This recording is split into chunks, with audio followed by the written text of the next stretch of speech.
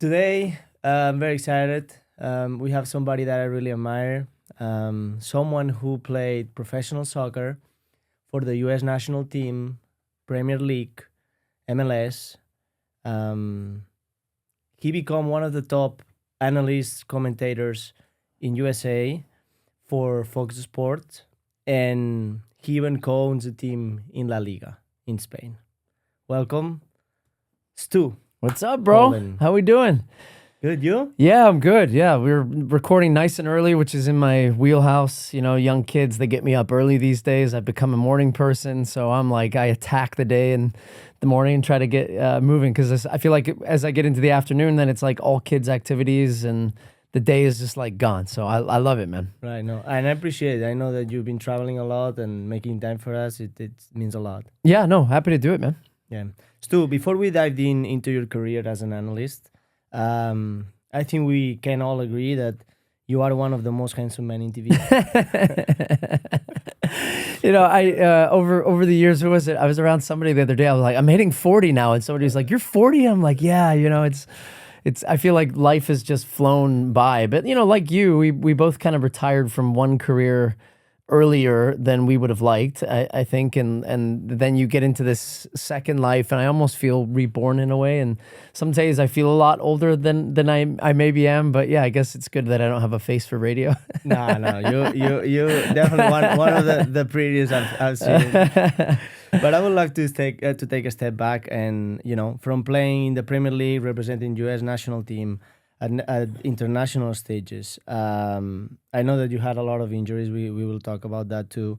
So you definitely lived quite a journey. But talk me a little bit about like the player behind the analyst. How did it all begin for you? How did you make your way to the Premier League as a U.S. citizen, right? Yeah. When Europe didn't have the eye on the American players. At least as it is now. Yeah, I actually get asked this question a fair amount about what point did I realize, and I'm interested for you as well, as of when you kind of felt there was something there that you could become a professional soccer player. And I moved to the United States when I was 10.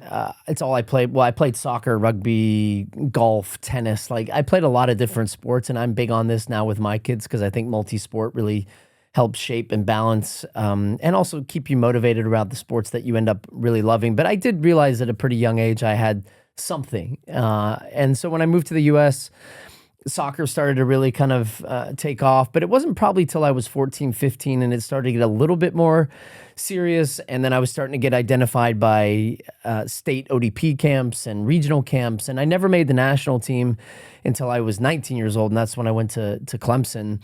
So, like, at that point, I was realizing that I had a chance to be professional, and I was all in on soccer, football, and working every single day, working in the gym. But it was really a moment for me in college when I went to Clemson that I realized that I had talent, but I wasn't matching that with the work ethic and the things it required off the field to really take that next step. And I really do credit a lot of that journey of realizing in that moment, don't waste the talent that you have. And there's a real opportunity there for you. And I truly believe in the preparation meets opportunity thing. We all need a little bit of luck along the way and getting scouted by the right person, the right coach to believe in you, the right opportunities. But then it's up to you to kind of really grab that and take it and run with it. And so for me, I was at Clemson. I played a little bit my freshman year. I always said when I went to college, I wanted to go for a short amount of time and then I wanted to go pro. I want to be pro. I want to be pro. And I was kind of manifesting that. But then we played just a regular spring game against a U17 national team with the U.S. And I played this unbelievable game. Next week, I was called up to the U20s. Wow. I flew down to Florida, made the team, flew to Korea, played in a tournament with the U.S., scored a goal against Brazil. Then I went to Northern Ireland. I scored a goal against Denmark. And then like 2 months later, I was pro. And so it like happened for me like that. And then I just kind of took off. So it was this weird path and journey. And then, we can talk about it a little bit, but I was in England, had an opportunity with Sunderland. I was punched outside of a nightclub and fractured my eye socket. So then I came back to the U.S. with the Dynamo, and then that's kind of when like the next stage of my career started. Wow. So from Clemson national team, then you went pro with Sunderland. Straight to Sunderland. Yeah, 19 years old. Yeah, I was living in a hotel by myself. Did they see you while you were playing with the national in the team? Milk Cup? Yeah, and also I was training with Everton for like 2 months when David Moyes was the coach, and they were third place in the Premier League at the time, and he just kind of said to me, look, we really like what you have as a 19-year-old, but you're not going to play here. So here's the number for Mick McCarthy. I'm going to recommend you to him at Sunderland. And so I went up there, and they were in the championship at the time and ended up getting promoted that year to the Premier League. Wow. Yeah. How was that experience for you? Coming from US to... It was difficult, if I'm being honest. Yeah. Having been born in Scotland, I was familiar with the culture in the UK. So that part I loved. But I think I probably underestimated just how difficult it would be, going into a new and competitive environment, pro environment. I wasn't making a lot of money at the time. I think I was making maybe £2,000 a week or less, like barely enough. I was living in a hotel. I was getting myself to training on a taxi every single day.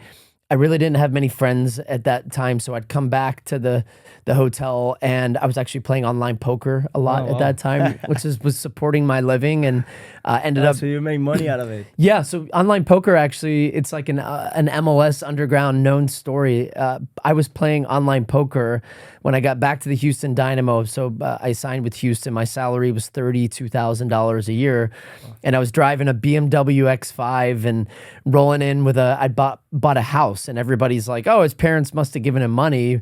And then they later found out I actually was playing online poker at that time, and I was making enough money to be able to buy a house, buy myself a car. No way. And then it kind of spread that people found out that that's what I was doing, and I was really good at it. So yeah, I was playing online poker like as soon as I get home from practice. I was gambling and making money, and it was like really lucrative, and I made a good amount of money doing that. But then my soccer career started to really take off, and online gambling started to get a little bit more regulated. So then there was less bad players. It became harder to make money. And then I found myself at like 2 or 3 in the morning gambling. And then I found that I wasn't sleeping well, and it started to affect what I really wanted to do, which was play professional soccer. Right. And so I almost like quit on a dime. And still to this day, some of my friends are like, dude, you were making so much more money playing poker. Like, how could you give that up to go all in on soccer? But I always kind of felt that was something I could do again if I wanted to, and I still love going to Vegas to this day. But I don't play online anymore. I gamble in the casino. So wow, it's fun. I didn't know that about you. Yeah, not many people do actually. So it's like I'm always happy to talk about it. Just never really comes up. And I remember the first time I made $40,000 on poker, and I went to my dad. And my dad didn't know I was playing at that time. And I said, hey, Dad, I've got some money. Like, I don't know what to do with it. And he said, well, how much money have you got? And I said, well, $40,000. He was like, what are you doing? Like, he thought maybe I was selling drugs or something, Yeah. So I told him I'm playing poker. I told him this is my system. I cash out when I get to this much. And I can only ever lose a certain amount of money. But now, like, I've got this money. And he goes, okay, we're going to open you a brokerage account. You need to invest some of it, and you can spend some. So then I came back to him another, 3 months later. I said, Dad, I've got $100,000. He was like, what? He's like, what are you doing? And so I had to show him and walk him through everything. And so I bought my first car, and then I put more in the stock market. And then the next time I showed him how much I had, and he's like, okay, you need to buy a house. So I bought my first house with poker money. So wow. Yeah. Crazy. That's amazing. A friend of mine won the Bahamas tournament. Yeah. He won like 5.1 million. Well, I didn't win that much, so I wouldn't have minded that. Well, but but it's crazy though, right? Yeah. Just playing a card game. Right. Yeah. For real. So your experience in Premier League, players are known to drink a lot. Is that really true? There's definitely culturally, I feel like there's a drinking culture in the UK. What I would say is that I think that's changed a decent amount now, but I will say, like, back when I was playing, we would go out. We would go out after games. We'd go out on a Sunday afternoon. We would, maybe if we had a Wednesday off, we'd be out on a Tuesday night just for something casual. I drank in parties, but I would say once I realized that, like, it was affecting performance on the field is when I curtailed. But I never shied away from like the Saturday night. Like that was my chance to go out and kind of unwind and blow off some steam. But I feel like when you are young, you don't really have those effects. There's maybe like between 25, 26, then it's when like, okay, if I'm not treating my body right, then it's when I'm getting hit with it. But I mean, even when I was in MLS, like we partied, man, in Houston. It was like and we were the best team in the league. We won back-to-back championships, 06, 07. I tell some of the stories to some of the younger MLS players now. I'll find myself at a dinner setting or something in media, and like we'll be out sharing different stories, and I'll tell stories to these younger players of what we used to do back in the day, and their jaws are on the floor. And there's a combination, I think, of a little bit of envy and jealousy of like today.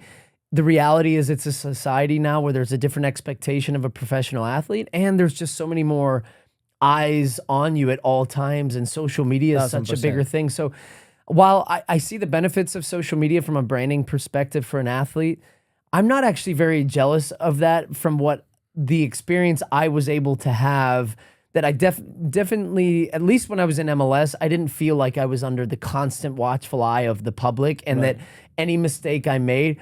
And so I was still able to be a kid and be a 19, 20-year-old, 21-year-old, because in many ways as a professional athlete, I think you almost forego and bypass a stage of life that a lot of normal, quote unquote, people get to have in college. And you need to go through those experiences as a young adult to then mature. As you're saying, when you get to a 25, 26-year-old person, that you've had that, and now you're like more motivated and focused on kind of that, achieving your career goals and whatever you want to do and building a family, and if that's for you, right? But like if you don't go through that, I think you're always constantly left wondering and wanting and seeing those experiences that other people have. So in many ways, I think about my experience and I'm like, man, we got to do some crazy shit that was a lot of fun, responsibly. Any good story that you can share?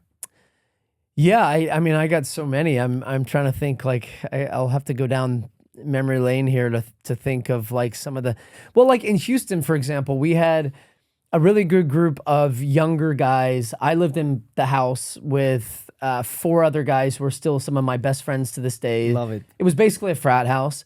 A fair amount of us like played in the team, but we weren't like always the key starters and the biggest players, because we had, Dwayne De Rosario, Brian Ching, like these really big guys. But then we had this young group of guys, and we called ourselves we had the Sunday Fun Day group. So we would play on a Saturday night. We'd go out Saturday night, but then Sunday we had these like theme days where we would start at a bar at like 10, 11 in the morning. We'd have brunch, and then we would just party all day until like nighttime. And whatever the theme was, somebody would pick it. So we would say like double popped collar, polo day. So we'd all wear the same thing, sunglasses, and we'd like head out and we'd bounce from bar to bar. One of the times, Bobby Boswell and we wanted to be Rockets power dancers.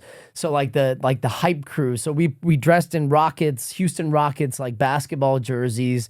And I had a mini basketball net around my neck, and he would have the basketballs, and we'd go around the bar, and like he would just go and find any female or whoever at that point and be like, hey, if you make a shot from my buddy Stu, who's standing 30 yards away, we're going to buy you and all your friends drinks. So like I'd be standing there with a hoop around my neck, and he'd, all these people now would be trying to shoot basketballs. And like it just we became the life of the party in any given bar that we were at. And then by the end of the night, we'd be at this bar called Escobar, and we'd have like a table and basically like 50 people that we'd met throughout the day. And it would just be like this giant party. And then everybody around Houston knew like every Sunday the Dynamo Boys would be out partying somewhere. And like imagine today's MLS. It wouldn't be possible. You'd get absolutely annihilated by your coach. Now, when I was in Barcelona, I came early to MLS. It was one of the early ones. Usually people would come here and retire, right? And I was 19, 20. And I remember just what we were talking about, the public eye attention. Barcelona, 24/7, whatever you do, whatever you go, people recognize you. You are under the microscope all the time. If you lose, it's like, be careful, you cannot go out. And I came here, it was like the total opposite, and we're talking about like 2012, right? Yeah. But it changed a lot from now, and with social media, it's definitely like all of a sudden you can be in one wrong video and your career is done. Yeah. When you were at Sporting, though, it felt like that culture, that team had a real like accountability to it within the locker room. Yeah. Peter, I know the way he coached also similarly, I think, in some ways to Dom Kinnear, and where Dominic Kinnear had like an internal policing, and he empowered leaders to still check guys. And I had that, and our group had that in different moments, from Pat Onstadt, Wade Barrett, like the De Rosario, Ching, guys who still would like have fun, but would tell you when you cross the line. Correct. Because we knew still at the end of the day, the most important thing was the team and what happened on the field. Correct. I think what he did really good was like put the team first. Yeah. Rather than having stars. And when we look at the 2013 when we won the MLS Cup, we didn't have like that DP that is known worldwide. Everybody knew what to do. Obviously, we had Graham Zusi, Aurelian Collin, all of these guys, but like not like big names like Henry and all of those. And one thing that I really liked when I arrived, he said, "Listen, Uri, you can do whatever you want as long as you perform me on the field." Mm-hmm. And then I would see Aurelian Collin, another European from France. They put me on the same room with this guy. He was never on the room. He was always out here and there. But when it was time to play, he was one of the best. And as you said, if you cross the line here and there would be all the veterans telling you, "Hey, don't be late at this, don't be late like that. We have a lot of freedom. We don't want to lose that. So you might as well do what you have to do. If they say you got to arrive this time, you got to be there." Yeah. I think the biggest... But that accountability, I really liked. And I feel like with the years going by, I've seen that the young players, they don't respect it as much as the veterans, and they don't take as much shit as we used to take. Yeah, I agree. Yeah. And I think within that, you learn boundaries. And the biggest lesson I would say that I learned in my career was balance, and trying to find the balance between performing on the field, relaxing off the field, getting away from it sometimes because you feel so much pressure on a consistent basis to perform, to train.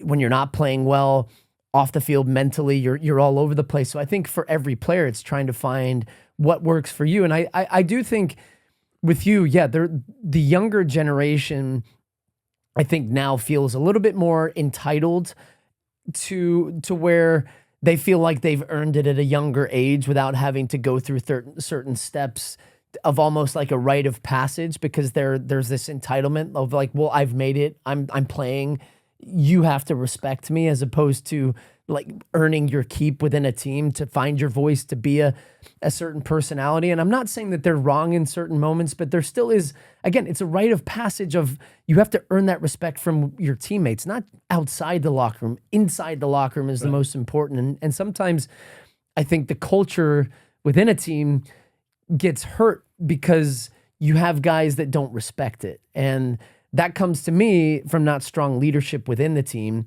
And sometimes that comes from coaches not being able to, trying to police every moment and not allowing leaders to lead.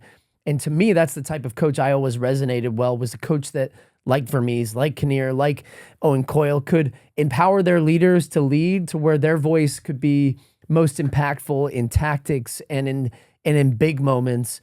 Because if it's always coming from the coach, it's like I think about even parenting my kids. If I'm yelling at them all the time, that time that I really need to yell, I don't think it's going to have as much of an impact, as opposed to like they have to make mistakes, they have to learn on their own. I'm not going to be there at every single moment in their life to tell them, you can't touch that, that's hot, you're going to burn yourself. They got to burn themselves around the hot pan to know I can't do that anymore. I think we overparent these days as much as coaches try to overcoach. Right. And it's, it's so much of society. I just think in general with the access that we have now to social media. What's the proudest moment of your career?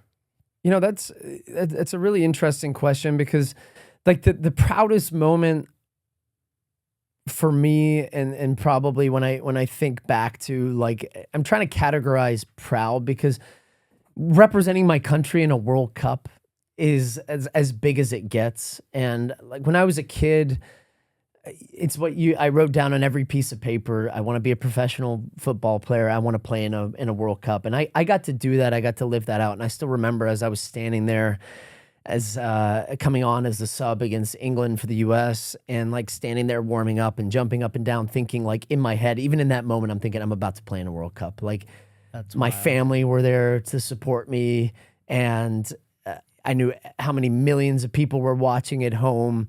And it really does feel like a moment of accomplishment in all the work that you put in, as you did, on and off the field, and every little moment. I honestly stand out there now at my daughter's youth soccer matches, and I look at the thousands of kids that are playing games every weekend, and I think so many of these kids want to be able to do what I did, and how many of them were like me in that moment, and that I was fortunate enough, but also worked hard enough and had the talent to be able to achieve that dream, but how many won't? And I think sometimes we forget that, and I forget that even as you're on this journey. And so like when I think back about that moment, like that's something that really stands out. And then like scoring in the derby for Bolton against Blackburn, like that's a goal I have watched 1,000 times at least.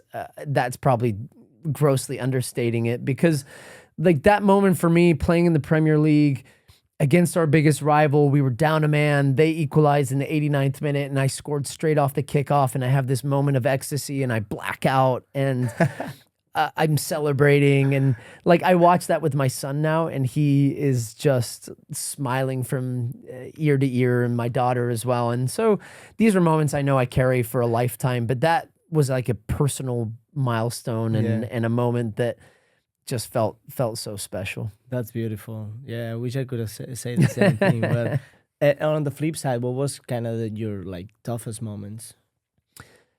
The toughest moment would have been getting injured at Old Trafford against Manchester United. I was at the absolute peak of my career and heading to the next level as a player, and I was playing against Manchester United, who I'd supported as a kid. That was my family's club.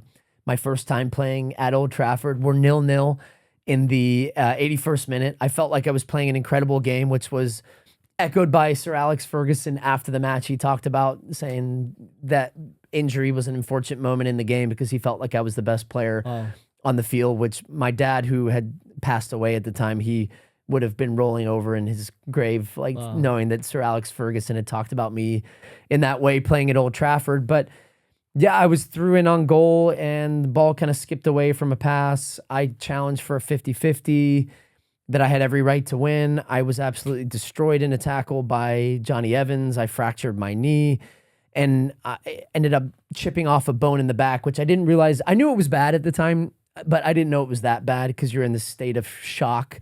And it wasn't until I had this surgery, so I went down to the hospital the next day because I had an open fracture in my knee. And I wake up, and the surgeon was like, hey, this was worse than we thought. I had to put a pin in your knee, and you're probably going to be out for about a year. And I just remember in that moment, my stomach sank, and I couldn't believe it. I was in a state of shock because it was like, I felt invincible before that. You know, it was playing incredible soccer. I was playing in the Premier League. I just played in a World Cup. It felt honestly like nothing could go wrong. And then I talk to a lot of young players about this now, because you have to prepare for sometimes and be working towards things that you won't ever expect, and your career could end in a flash. And essentially mine did. I got back to playing, and I represented the national team again, and I played a couple more Premier League games, but I was never myself. And then it was an ACL on the other knee, and another ACL, and another ACL. So I tore my ACL 4 more times on the other knee after that injury, and that just became kind of the downward spiral. So that's something I look back on that was definitely the biggest disappointment in my career, and it was difficult, but I've always chose to put a positive spin on that. What those setbacks did you? Is there's one thing that you learned from that bad experiences? Yeah, I had to learn, and I'm typically an optimistic person. I can tell. Yeah, but in those moments, it was hard, and I went through, I guess in retrospect, a lot of depression and moments of why me and really down moments. And that's when I relied on my support system and my fiance, who's now my wife of 10 years, and my brother, my family, my teammates, the fans, all of those people. I found ways to draw on the positives for, and I always viewed it as a challenge. I love challenges. I'm a competitor, and I loved every person that would say, you're never going to make it back and you can't do that. And I would look them straight in the eyes and say, I'm going to be back. I'm going to recover from this injury. And I'm going to prove you wrong. And I'm going to get back to my best. So I would allow myself about 2 weeks of feeling sorry for myself and damn, this sucks. And then I would flip into setting small goals for recovery, and being able to get the muscle back in my leg was boom, that was one. And then I'm walking again, and then I'm doing this, and then I'm on to that next phase of the recovery. And then when I would start to be back, I would take really inspiration from being, getting compliments and beating timelines. And if everybody says you're going to be out for 6 months, I'd be out for 4 months. And it ended up sometimes working against me, in that I tried to come back from an ACL after 5.5 months, which was absolutely insane. And then I tore my ACL in the first game back. And, it's just that competitive internal desire to be on the field. And you feel the reality is, I don't know if you felt this or if you ever had like a longer injury, but you feel pressure from your coaches to be back on the field. 1,000%. And I'm not blaming them, because it's the reality of the business, but I should never have played my first reserve game back at 5.5 months on an ACL. I should have been protected from myself, because the athlete always wants to say yes, and we always want to play. And I felt good, but the reality is I wasn't good. And if somebody had really looked at my situation, they would have said, Stu, you're in a lot of danger if you play in this game, even though I'm like, no, I'm going to play. And I'm going to play. ACLs, instead of 5.5 months, are 9 months. Well, right? now they say 9 months to a year. Yeah. Which I should have done, and I probably would have played, because now my last ACL surgery was over 10 months ago. 10 years ago. And I'm not obviously playing at the same level now, but I still play, and I play tennis, and I'm pretty active. But yeah. Yeah, no. And after these, all these injuries, then you decide, okay, now it's time. I'm done with it. I've been through a transition. You've been through a transition. How was that? Going from I'm at the best of the best, doing what I do, to I don't know what I'm gonna do. You kind of lose your identity, because people know you because you are a soccer player, not because you're gonna be the next analyst or commentator. How was your transition, and did you know already that you wanted to be a sports analyst? Yeah, so I think the transition is never easy for any athlete. You've lived it, right? You go through this period of trying to recreate a new identity, because the identity we've known before was as a professional soccer player. It's always been a soccer player. Even when I was a young kid, I identified as a soccer player, because that was what gave me life and energy. And I was good in high school, so then I became the soccer player of the high school. And then when you get to college, you're a soccer player in college, and then you're a professional soccer player, and then that's what people recognize you as. You get attention because of it. You're on TV every week. You're doing interviews. There's a real buzz that comes with doing that, because it's a really unique profession. So I think the benefit I had of finding my second career is that I unfortunately had the injuries, but then fortunately, because I had the injuries, I was doing my rehab here in the United States, in LA, and I knew I was out for 8 months on my second ACL. And I said to myself, I'm going to take a lot more time on this recovery if I want to have any chance of playing again. I give Bolton a lot of credit, because I was still under contract, and they allowed me to come back here and rehab. But I also had this gut feeling deep down that this was probably getting towards the end for me. And even if I got back, how long would I have left? I was getting close to 30 years old. So I started to think about a second career. I had a call from who's now a really good friend of mine. I actually talked to him on the phone on the way over here this morning. He was a producer in TV. Shaw Brown is his name. He texted me seconds after I tore my ACL in the Gold Cup final and said hey, would you be interested in TV? And I was like, not now, dude. I just tore my ACL. I'm already on my way to the hospital, I'm my on friend. my way for surgery. I said, but yes, I'm like interested in that. And he said, well, I think you'd be good at it. I've seen you do interviews on TV before, so call me whenever you get a chance. And so we talked in the months after. And so he kind of put wheels into motion of me getting an opportunity with NBC. And so while I was rehabbing on the weekends, I would fly up to my first ever game was in San Jose. I did like some broadcast training, and then I would fly on the weekends to do games. I would fly to ESPN at different times, and then I got some opportunities with Fox, so that when I went back to try to play one more time, I tore my ACL again. And then that was kind of the moment where I said, Stu, what are you doing, man? And I didn't want to ever remember myself as a version of myself that I wasn't like proud of, or I knew that I was as a player. Like, I didn't want to come back playing super low level league and grinding it out, having played at like the highest level.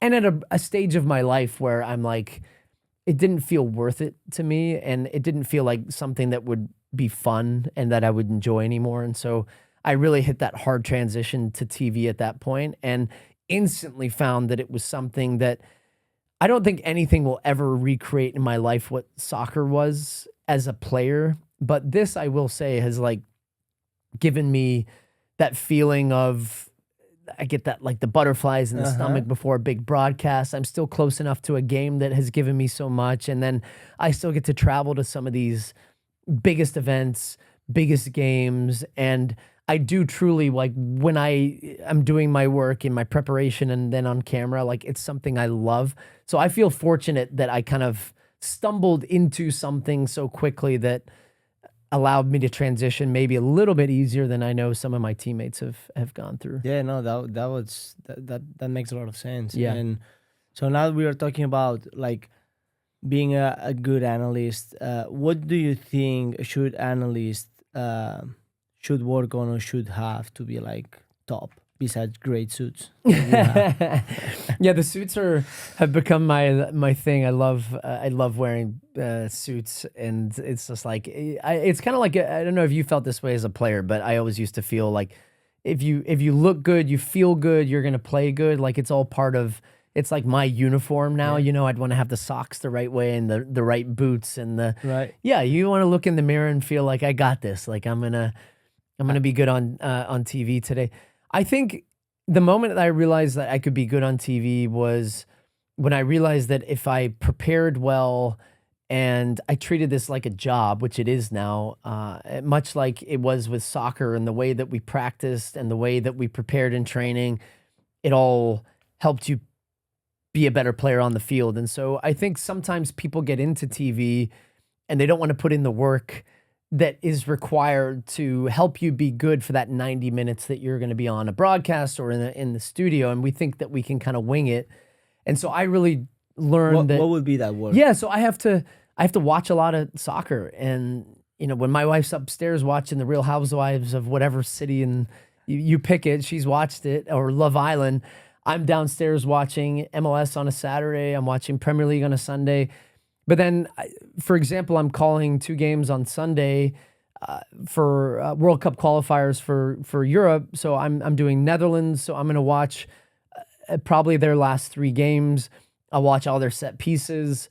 I'll go in, then drill down on different players that I think are impact players, like Memphis or Xavi Simons or whoever it might be, Virgil van Dijk. Look at some of their, you know, if it's Van Dijk, like, how does he attack on a set piece? Where have been some of the big moments he's been key for them in qualifying for so far. So I try to go in with a picture of what I think the game is going to look like.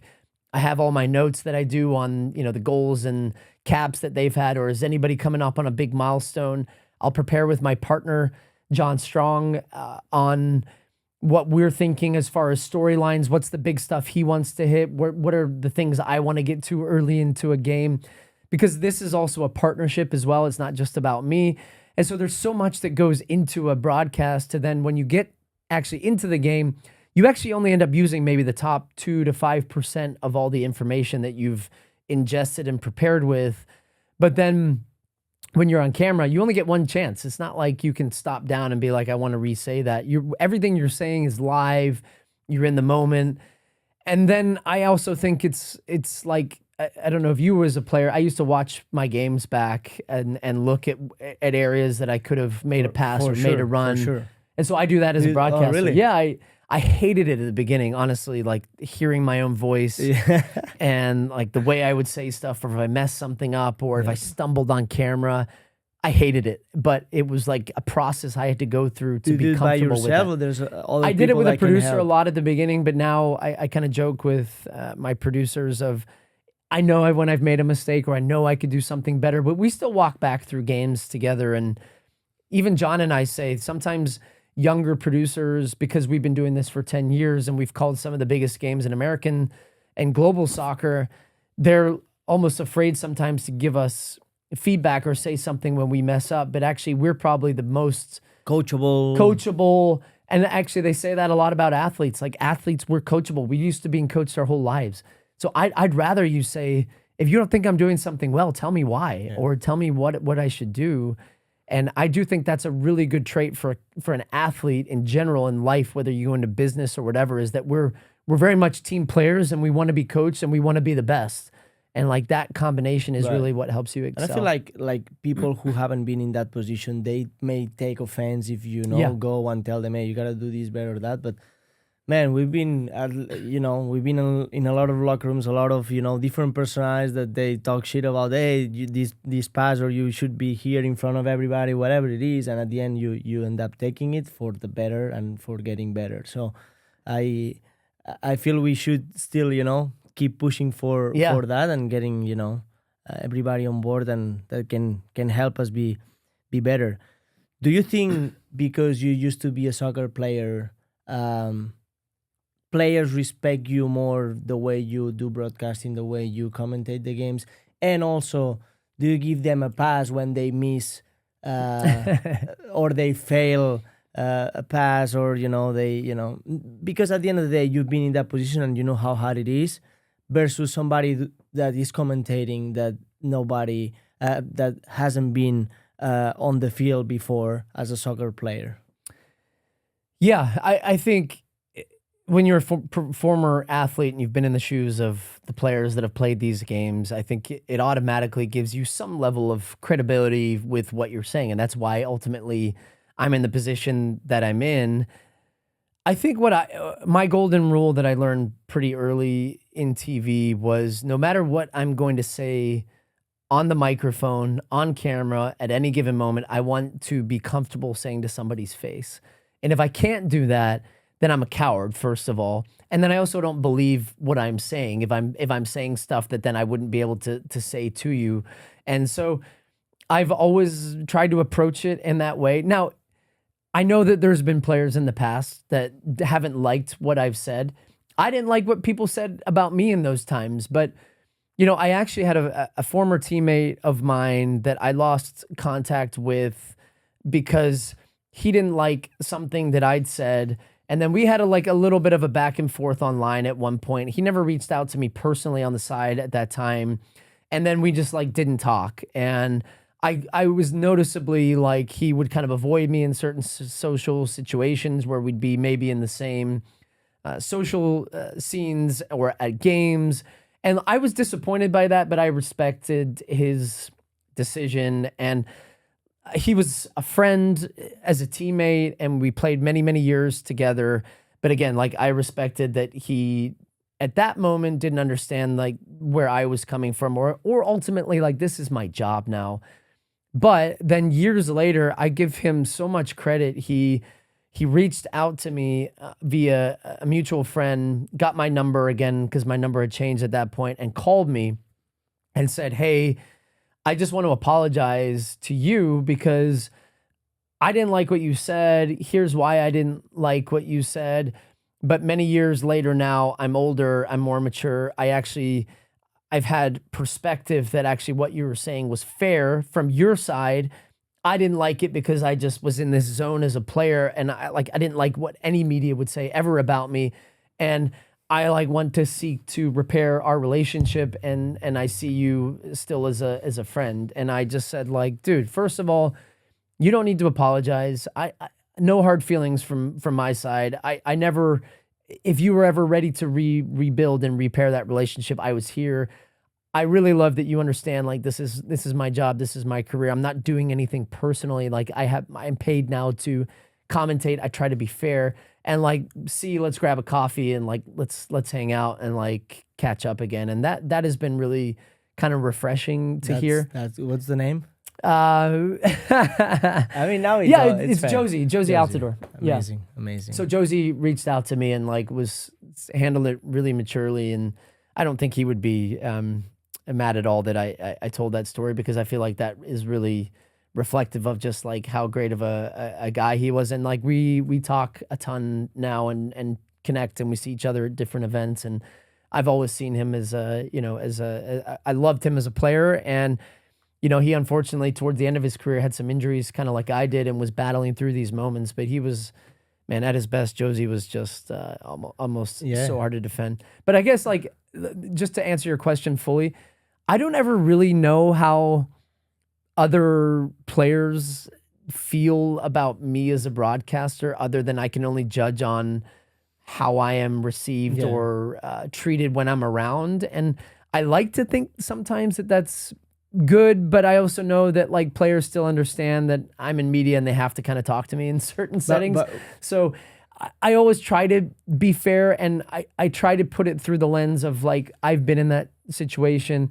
I always try to put a positive spin on things. I have to be critical in moments. That's my job. And if I'm not, the audience is like, this guy's BSing and he's protecting people. So I try to be fair, but I also try to tell the story of what he was trying to do. Nobody's purposely trying to make mistakes on the field, but I could say he's trying to pick out the guy at the back post. He rushed the delivery, and so the ball flew to the goalie, and the goalie's got it, and that's a missed opportunity. And I think that's a fair way of trying to do it. I like the approach. Yeah. And we were talking about like how can, you know, opinions damage or affect the performance of a player. Now with the era of social media that you probably didn't experience much, right? And I did it, but at the end as well of my career, how much like social media can affect, or do you think that can affect to this young rising star, and all of a sudden, you know, you do a bad game or play a bad national team game, and all of a sudden like the whole country is against you, hate, and I mean, as just a person, this is a hard environment. Yeah. Anybody that tells you that they don't read or see anything is full of crap. And I think we hear this so much, where it's like players will say, or coaches will say to us in meetings, well, you know, what I don't know what you're talking about. I don't listen or read any of that. And I haven't heard that. And you're like, no, everybody hears and sees it. And even if they're not directly on social media, somebody's telling them, hey, did you see what such and such said about you?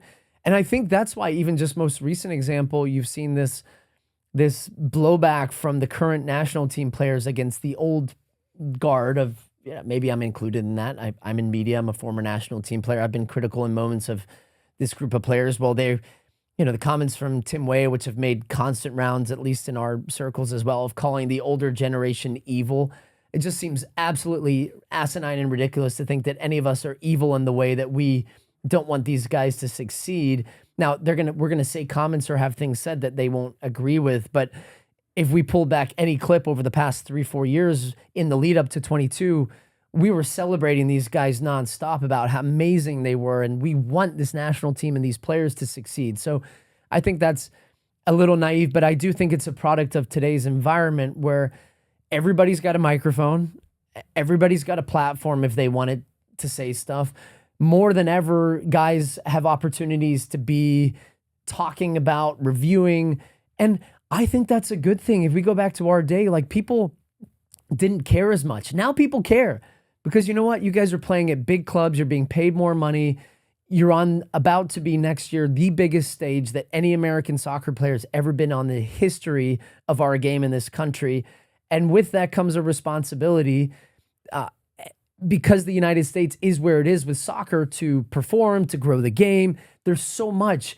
And I empathize with these guys and the pressures that come with that. And when you don't have a good game, you're hearing it from every single angle. And I didn't experience that in the same way, but I did from a sense of playing in England where the pressure is so high in the Premier League, and anywhere you go to eat after a game, go to the store, walk your dog, you're hearing it from fans, you're hearing it from your teammates, you're hearing it from the media. It's on the TV every single day on Sky Sports, on Match of the Day.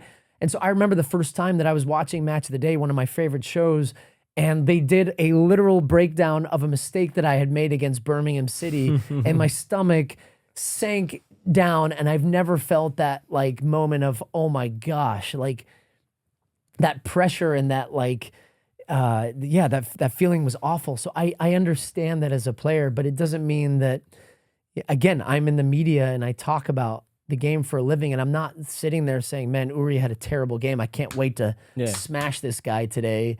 It's like, here's why I think that happened, and this guy's not a bad player overnight. So it's tough. I empathize with these players, but at the same time, I'm like, hey guys, like, it's part of the job. You're a professional soccer player. It is. And now that you're talking about like the World Cup, like this is a once of a lifetime opportunity to, you know, to show how US is prepared for this world stage, and how do you think the World Cup is going to affect the future of US soccer? And by the way, I would trade everything I have right now to play on that field next year for 2026. Like that moment itself, I'm insanely jealous of the opportunity that these young men will have to represent the US on what is going to be the biggest media event in the history, not just of US, but of the world. And so I think we've been talking about for 8 years what will be the legacy impact of the World Cup. And I don't think it's going to be this, you know, giant like rocket ship next moment for soccer and global frontier of American soccer. But I do think there's going to be a huge amount of attention. You're going to convert new fans into soccer fans. And the question, as ever, is how can we capitalize on that as a soccer nation in the United States and in North America? And when I was in England, I was reminded of this just recently at a game. It was Liverpool-Bournemouth opening match of the Premier League, and I took my kids to the game.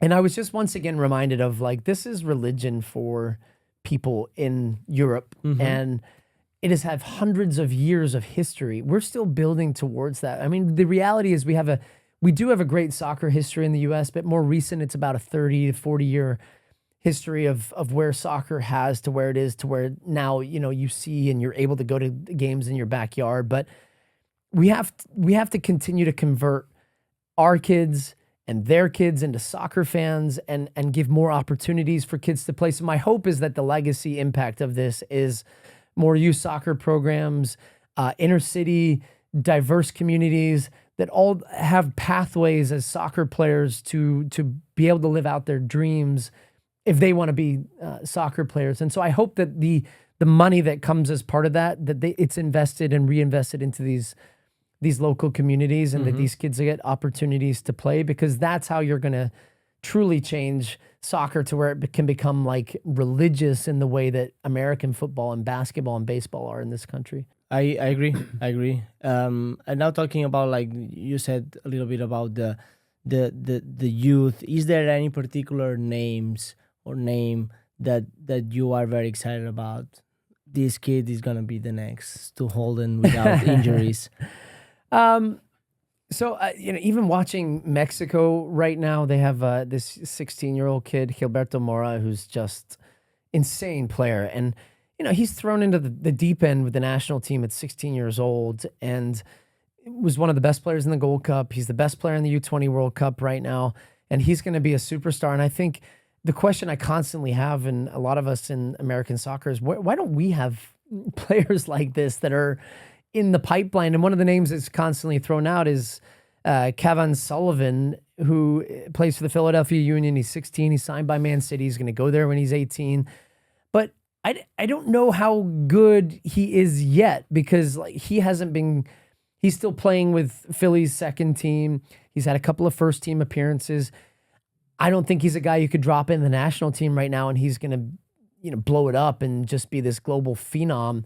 But maybe he's got a little bit of something there. I try to think of guys that are with the national team that wouldn't be the obvious names, like Pulisic, McKennie, Weah. Like, these guys are are super exciting players and young talents for this national team. So yeah, I think if I have to throw out like the next generation young player, it probably would be Sullivan from Philly, but also like I want to see him thrown in at the deep end a little bit and see how he reacts and see the opportunity. I don't think we do that enough with some of these young players. Whereas, we think of a young player in America as like 19, 20, 21 years old. Right. In Spain, that's young late. players are, yeah. Look If at you Lamine. haven't made it by that point, you're done. You're done. Look at Lamine Yamal. 17. It's incredible. 16, 17 18, already, sorry. Yeah, just turned 18, right? These young players, Gavi, Pedri, they're all playing. Well, we just signed a couple of young players in Mallorca from Barcelona, from La Masia, 19, 20. And it's not like, hey, we're going to give these guys time. It's, hey, we're expecting performances now. And that's the reality. And I love that pressure on young players. Yeah. Switching to, so at For the Football, as we are here, we want to do something for the World Cup. We want to cover, we want to be closer to the people. What do you think we should focus like to connect with the fans now that you've been on the TVs and you've seen it firsthand? What kind of format you would like to see as a fan that you want to follow the World Cup?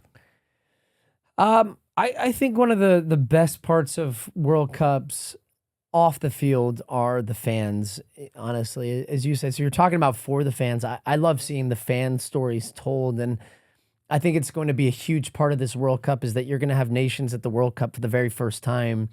And I think it's a really big part of making the World Cup atmosphere special on the field, off the field, the way that these fans travel around and go from game to game and get and experience the United States. And so I'm very fascinated by that part of it.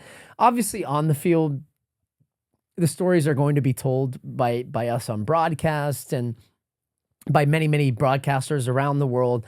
And so I think trying to find unique stories of maybe some of these countries and their families and how they're going to plan to watch the games and what it means for them. And even for these players that'll be stepping on the field and playing against the likes of Messi and Ronaldo, Lamine Yamal, whoever, right? These are the moments and the stories that I think become very relatable for American viewers, for global viewers, and finding those unique stories about how even the funding for some of these families, I mean, the reality is that they will be saving up and paying out with every last dime that they have to travel to watch their kids live out their dreams on the biggest stage in a World Cup. And I think sometimes that gets forgotten, and we dehumanize some of these players, and we just expect athletes at all moments to be so great on the field without understanding what happened for them to get to that point.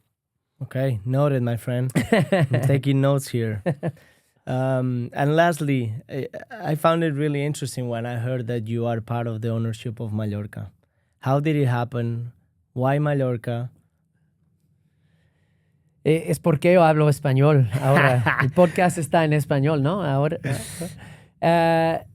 So I honestly just kind of stumbled into this deal, if I'm being completely honest. And Steve Nash is one of my best friends in life, and he is obviously renowned as a two-time NBA MVP, one of the best point guards to have ever played the game, but also just happens to be a huge soccer fan. And so we, played pickup soccer here in LA consistently. We actually play one. Yeah, remember? yeah. He's a great player too.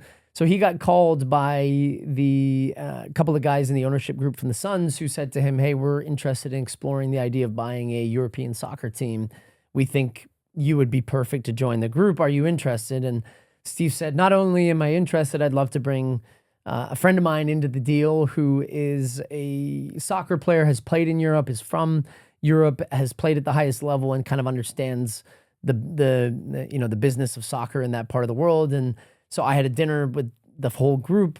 I ended up hitting it off with those guys super well and got involved in the ownership group of what ultimately ended up being, at that time, we didn't know it was going to be Mallorca. And we were looking at teams all across Scotland, England, Spain, and then landed on Mallorca, which is not a bad place to own a team. Wow. And honestly has been one of the most fun and inspiring projects I've been a part of because, as you know, Spanish soccer is so rich in history and in culture. And when you experience a game in Spain, and we've had some success since we've been a part of that team. We took it over in the second division, went basically straight down to the third, second, first now. And it's when you go and experience a game over there and you see and you speak to the fans that have suffered, have celebrated. I mean, Mallorca won a Copa del Rey back in the day, but it's a club of over 100 years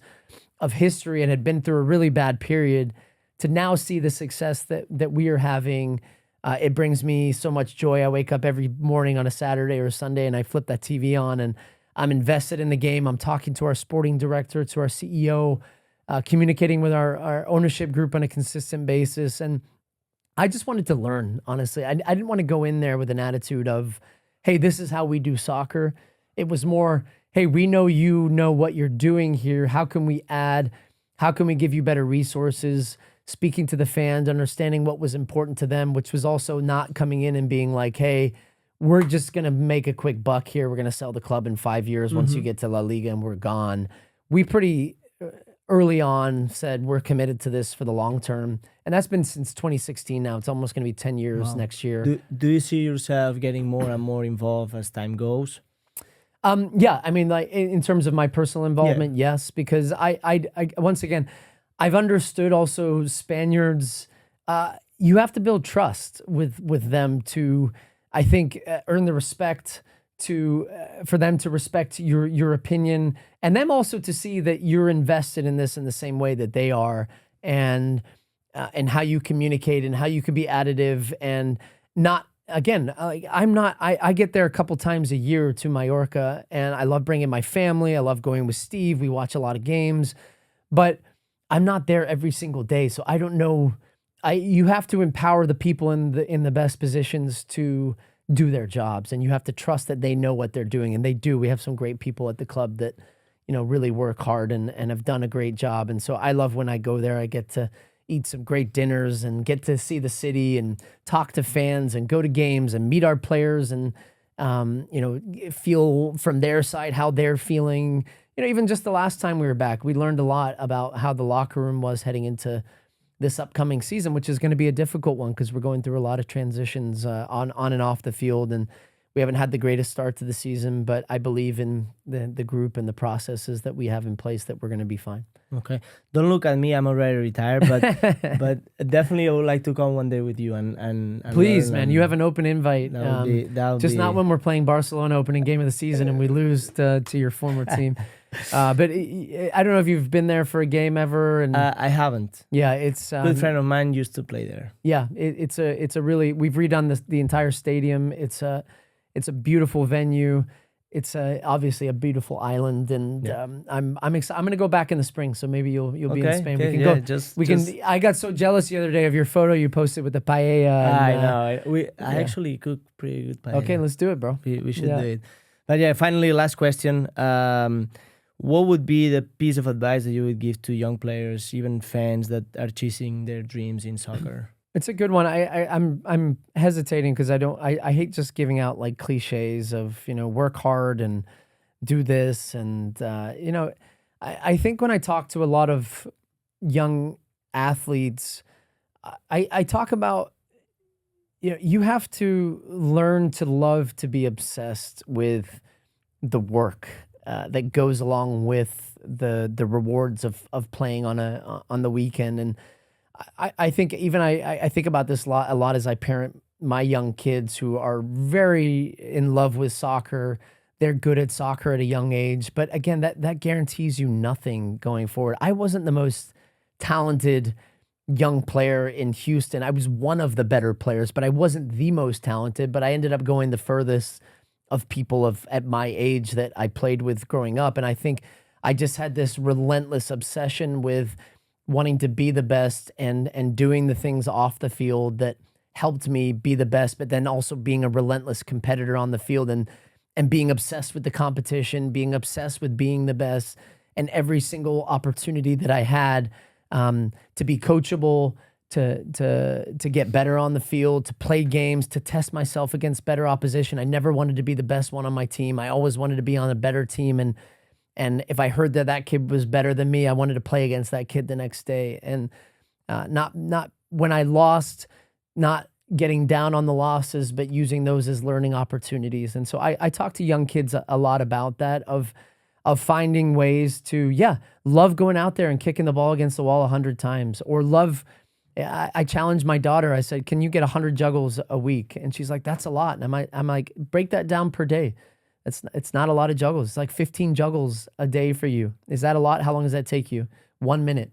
But it also just is you changing your mindset to being like, I want to do that.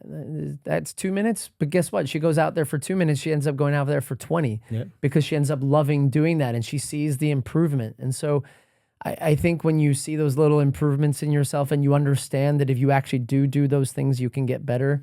That's how you're going to change your mindset to be, I think, not just great in sport, but great in life. And those are the lessons that I think, even if you make it pro or you don't make it pro, you're going to be good in life. And that's why a lot of athletes have success. Love it. Stu Holden, everybody. Thank you so much. Thanks, bro. It's fun, man. Appreciate it. Let's go play padel. Anytime.